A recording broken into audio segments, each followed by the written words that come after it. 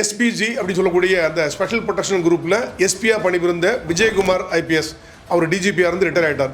அவர் அங்கேருந்து இங்கே வந்துட்டார். ராஜீவ்காந்தி இறப்புக்கு அப்புறம் அவர் தான் ராஜீவ்காந்தியுடைய அந்த செக்யூரிட்டி பார்த்துட்டு இருந்தார். தமிழ்நாட்டுக்கு வந்துட்டார். வந்த உடனே ஜெயலலிதா அவர்கள் இங்கே சிஎம் 1991 அப்போ இருக்கும்போது இவர் என்ன பண்ணார், புதுசாக சிஎம் செக்யூரிட்டிக்குன்னு புதுசாக வந்து எஸ்எஸ்ஜி, அதாவது ஸ்பெஷல் செக்யூரிட்டி குரூப் அப்படின்னு ஒரு குரூப்பை கொண்டு வந்தாங்க, எஸ்எஸ்ஜின்னு. இது எப்படின்னா எஸ்பி சைட்லேயே 2 விதமாக இருக்கும். ஒன்று எஸ்பி செக்யூரிட்டி 1, இன்னொன்று எஸ்பி செக்யூரிட்டி 2 அப்படின்னு இருக்கும்.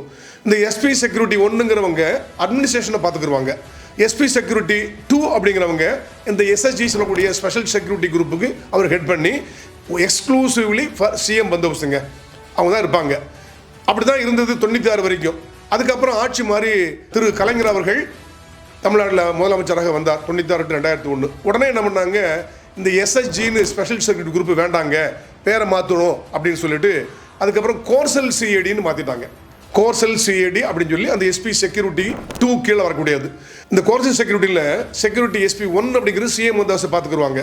கோர்சல் செக்யூரிட்டி எஸ்பி 2ங்கிறவங்க இதர பந்தோபஸ்து, அதாவது மத்திய அரசாங்கத்திலேருந்து யாராவது வந்தாங்கன்னா பிரசிடென்ட்டு அல்லது வைஸ் பிரசிடென்ட்டு அல்லது மத்திய அமைச்சர்கள் அல்லது நம்ம லோக்கலில் உள்ள அமைச்சர்கள், நம்ம லோக்கலில் உள்ள ஜட்ஜு, இவங்களெல்லாம் பந்தோபஸ்து போடுறது அந்த எஸ்பி செக்யூரிட்டியோடைய வேலை.